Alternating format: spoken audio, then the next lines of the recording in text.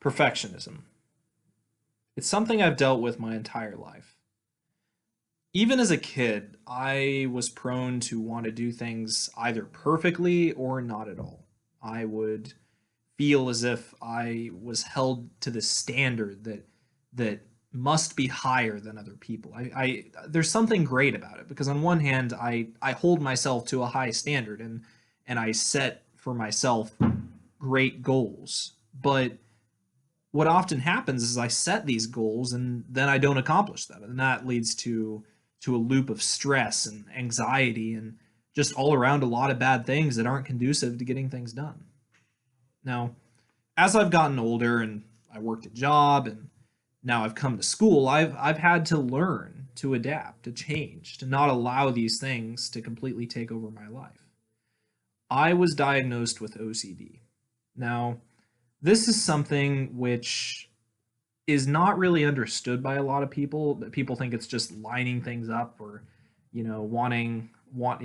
just coloring inside the lines. But in reality, it can be completely in your head and can be something where you just feel you must do everything perfectly.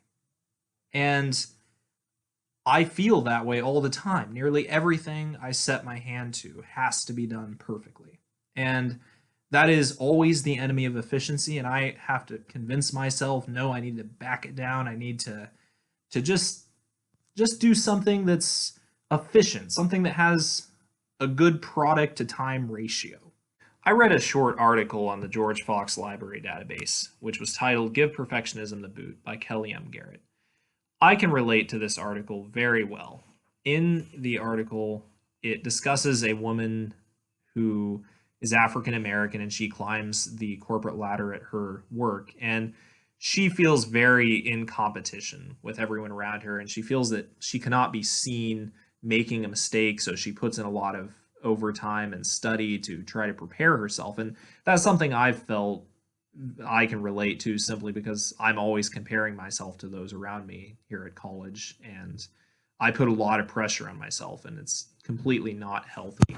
Um, she talked. It was discussed how this woman tied her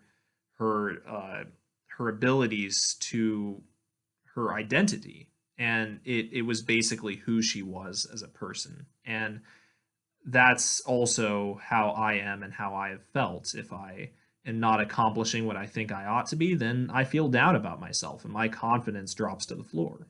And the article at the very end goes over some excellent thought-provoking things, such as realizing that you need to focus on work, not necessarily the end goal.